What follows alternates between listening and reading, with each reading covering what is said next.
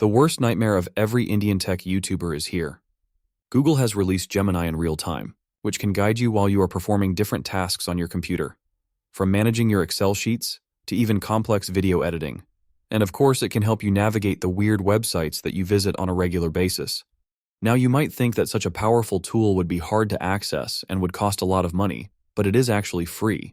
You can access it by going on Google's AI Studio and selecting Stream Real Time. Here you have three options. You can choose to talk to Gemini directly, just like you talk to your mom, but first you have to give it access to your microphone, so be careful of what you say. As a fellow AI enthusiast myself, I asked the question that is in everyone's mind. Is AI going to take the jobs of the programmers? You think coding jobs are safe? Please, with AI, those guys will be about as relevant as a blacksmith in the age of cars. Well, don't run and jump off a building just yet. I actually tricked it to give me this answer. Its initial response was this. Many believe that AI will eventually displace human programmers as AI becomes more capable. However, it's also possible that AI will simply change the nature of the work, requiring programmers to adapt and learn new skills. So remember that anyone can trick the AI into saying whatever they want. So calm down. AI isn't going to take your job just yet. But now it's time for the main event, and every tutorial bro's worst nightmare, the share your screen function. With this, you give Gemini access to your microphone and screen, and in return, it gives you a slap in the face. No, sorry. It gives guidance on anything you are doing on your screen in real time. How does it work exactly? Let's say I am using Google Docs to write a script for my YouTube video, and I get an idea about a specific visual that I want to use. I need to draw it somewhere so I don't forget it, because I have the memory of an elephant. Let's be honest. Nobody watching this video knows how you can actually draw on Google Docs, and neither do I. So all I have to do is simply ask, hey, how can I draw something on Google Docs? Sure, I can help you with that.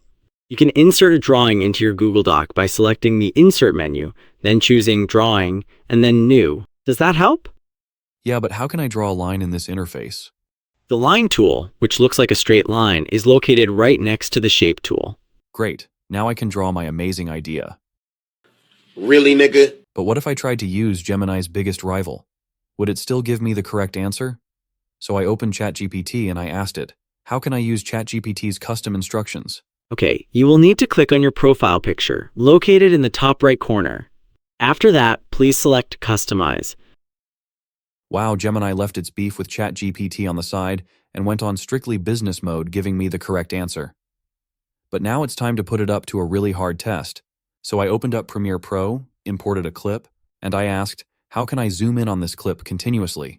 Okay, you want to create a continuous zoom in on a clip in Premiere Pro.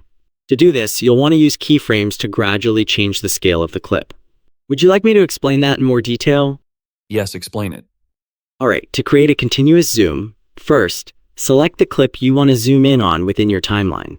Then, go to the Effect Controls panel, which is usually located in the top left corner.